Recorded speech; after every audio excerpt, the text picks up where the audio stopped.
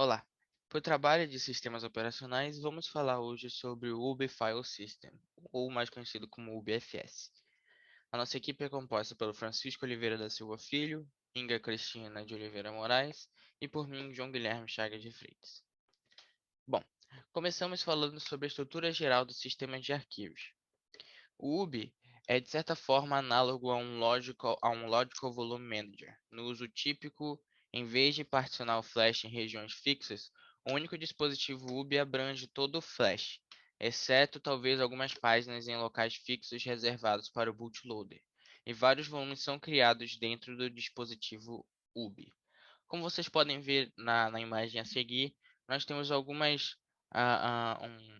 organizaçãozinha de como funciona o sistema de arquivo do BFS. Ah, Logo em seguida, nós podemos explicar um pouco sobre como funciona algumas otimizações do UB. O UB ele tem uma certa otimização direto no boot time, ou seja, no tempo de inicialização do sistema.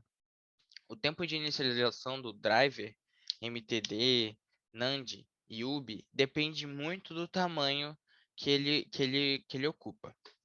Ahn, o buffer de gravação também é usado para otimizar a velocidade do BFS em flashes NAND. Os flashes NAND contêm páginas NAND e as páginas são a menor unidade de leitura e gravação de flash NAND, geralmente com 512 kilobytes ou 4 kilobytes. Como nós falamos anteriormente, nós falamos sobre MTD e falamos sobre UB, e para falar sobre o BFS, nós precisamos explicar precisamos explicar essas coisas. Primeiramente, o MTD é um dispositivo de tecnologia de memória. É um tipo de arquivo de dispositivo no Linux para interagir com memória flash. O subsistema MTD foi criado para fornecer uma camada de abstração entre os drivers de dispositivo específicos de hardware e os aplicativos de nível superior. Embora os arquivos de dispositivo de caráter e bloco já existam, sua semântica não mapeia bem para a forma como os dispositivos de memória flash operam. Dispositivos como USB, MMCs, SDs, Compact Flashes e outros dispositivos removíveis populares não são MTDs. Embora contenham memória flash, eles não são MTDs. Ela está oculta atrás de uma interface de dispositivos de bloco usando uma camada de tradução flash. Ahn, e aí chegamos no nosso UB. O UB significa Unsorted Block Images. É um sistema de gerenciamento de volume para dispositivos flashes brutos, que gerencia vários volumes lógicos em um único dispositivo flash físico e distribui a carga de entrada e saída, ou seja, nivelamento de desgastes, por todo o chip flash. Em certo sentido, o UB pode ser comparado ao LVM. Enquanto o LVM mapeia setores lógicos para setores físicos, o UB mapeia blocos de exclusão lógico para blocos de exclusão físicos. Mas além do mapeamento, o UB implementa nivelamento de desgaste global e tratamento de erro transparente. E aí dentro do UB, nós temos alguns conceitos como o LAB e o PEB. O lab, ele é o Logical Erase Block, ou seja, o bloco de apagamento lógico. O lab, ele é uma camada de virtualização utilizada pelo UB para mapear o lab ao PEB. O que é o PEB? O PEB é o Physical Erase Block. É o que a gente vai explicar logo em seguida. O lab, ele se assemelha ao conceito da gerência de espaço livre. Aqui nós temos algumas funções que o próprio lab usa, que o próprio UB usa com lab, que é o UB underline lab underline map, que ele encontra um PEB sem associação e o mapeia ao lab.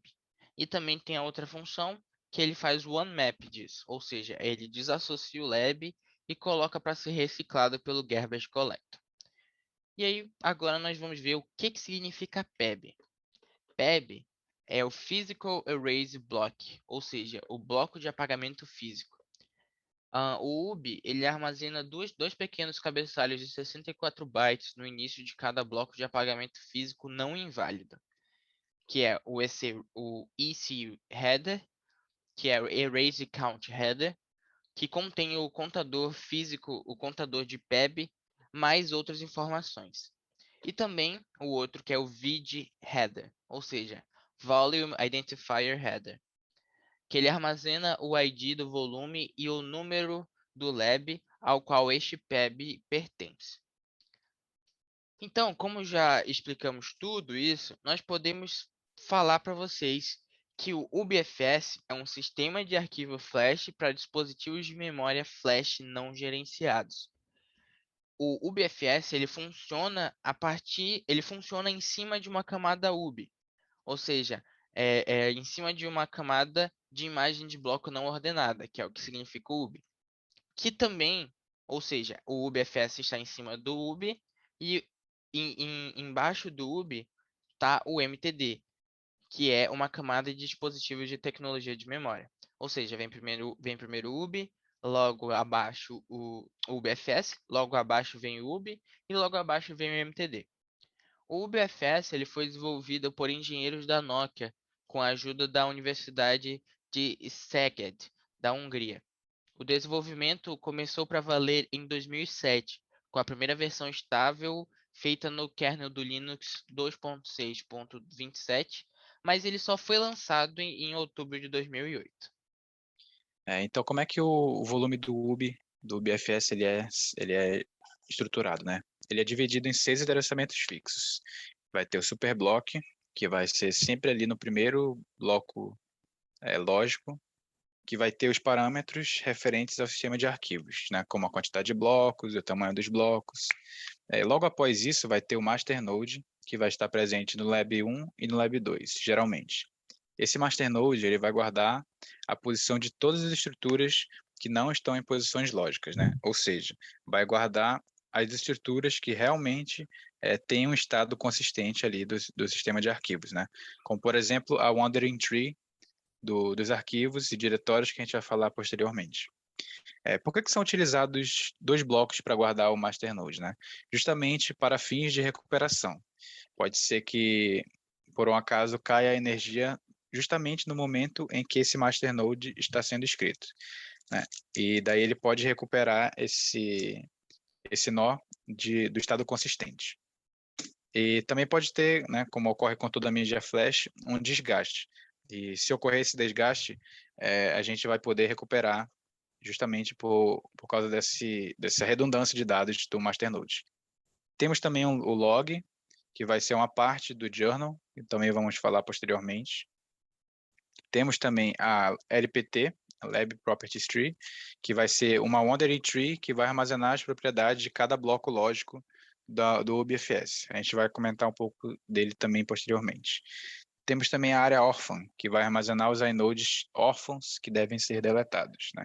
Esses inodes órfãos, eles são justamente os nós que foram tirados da árvore, que não tem mais nenhum link com nenhuma outra informação. A gente também vai falar deles posteriormente. Por fim, temos também a área main, que vai ter os nós que vai montar justamente os dados do arquivo do sistema de arquivos e a árvore que tem os índices dos arquivos. Como é que funciona o journaling no UBFS, né? Primeiramente, o propósito dele é reduzir a quantidade de mudanças aos índices, né, da Wandering Tree, dos arquivos e diretórios. Por que é feita essa tentativa de redução, né? Inserir na árvore em Flash não é uma forma muito eficiente toda vez que tiver um dado novo, né? É melhor juntar todos os dados e colocar todos eles juntos, né? Isso diminui o wear out da unidade Flash. O journal ele vai ser definido na escrita dos nós folhas nesse journal, mas não vão ser adicionados à árvore ainda, como eu comentei antes. E depois de uma certa quantidade de escritas dentro do journal, é feito o commit process, né?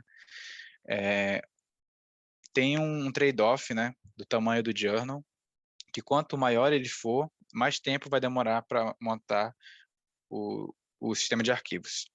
Só que com isso, menos commits vão ser realizados, né? E o commit, ele é um processo que demanda um tempo, então, dessa forma, tem esse trade-off aí que tem que ser analisado conforme a especificação de cada sistema.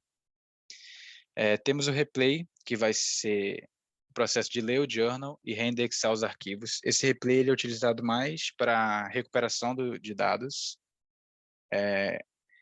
E também dentro do journal temos o log, né? Que o objetivo dele é justamente guardar onde está cada journal. O commit process ele não vai mover os nós folhas do journal. Ele vai pegar o journal inteiro, fazer o processamento e jogar na wandering tree. Esse log ele vai ser composto pelo commit start node, que vai indicar o início de um commit, né? O commit é justamente pegar os dados do journal e mandar para a árvore. E vai também ter o reference nodes, que vai apontar para os outros nós que compõem o journal. Esses reference nodes também são chamados de buds, e são eles quem descrevem as mudanças atuais do sistema de arquivos. Esse log ele pode ser implementado como sendo um buffer circular. Então, a cada commit, após o fim do commit, essa parte do commit pode ser retirada dessa fila circular para que outro commit possa ser inserido aí. Os dados mais atualizados são os que estão no journal, né? Atualizados assim entre aspas, porque como os novos dados não são inseridos diretamente na árvore, eles ficam no journal. Então, os dados novos, né, que deveriam ser inseridos na árvore, estão no journal, né? Então, a diferença está justamente entre a árvore e o journal, né, os dados. No que se refere à LPT, né, as Lab Properties Tree, cada lab dessa LPT vai ter 3 propriedades. O free space, né, espaço livre, que é a quantidade de bytes que ainda não foram escritos. Dirty space, que é o espaço sujo, que é a quantidade de bytes ocupados por nós obsoletos, né, que não são mais consistentes com o sistema de arquivos e que devem ser aproveitados pelo garbage collector. E por fim, também tem o verificador, que indica se o bloco faz parte do índice ou não. Por que cada lab precisa ter essas tripropriedades nessa árvore? Eles são de extrema importância para que seja feita a gerência de espaço livre, né? É daí que eles vão pegar espaço livre para colocar no journal ou para atribuir para a árvore que tem os arquivos e os diretórios. Essa árvore ela vai ser atualizada a cada commit do journal, juntamente com a árvore dos arquivos, né?